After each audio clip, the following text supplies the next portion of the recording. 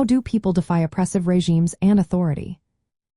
Imagine a world where rules are meant to keep people in line, but some choose to stand up against those rules. How do they do it? That's what we're here to find out.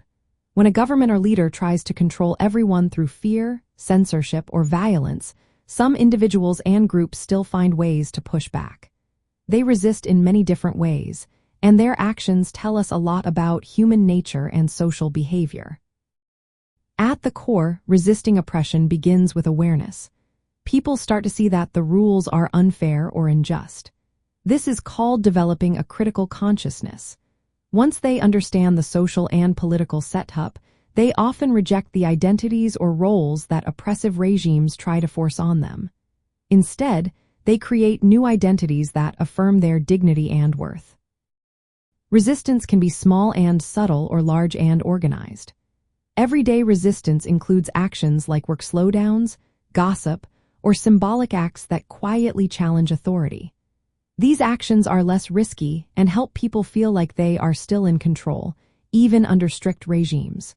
For example, a worker might slow down their work to protest unfair treatment without risking their job. On a bigger scale, people come together to organize protests, strikes, or civil disobedience. These collective actions aim to disrupt the normal functioning of oppressive systems. When many people participate, sometimes just 3% of the population, they can have a real impact. These movements often use moral arguments to delegitimize the authority they oppose. Sometimes resistance turns to violence, especially during revolutions. But sociologists often point out that nonviolent resistance tends to lead to more lasting change. It avoids cycles of violence and repression, making it more effective in the long run. Resistance also happens through cultural and identity-based actions. Groups fighting for racial justice, gender equality, or LGBTQ plus rights challenge societal norms and push for change in how society views them. Political resistance involves efforts to change laws and policies.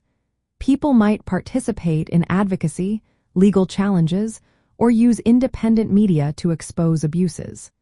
International support can also play a role in pressuring oppressive regimes to change. In the end, resistance is about more than just actions. It's about hope, solidarity, and imagining a different future.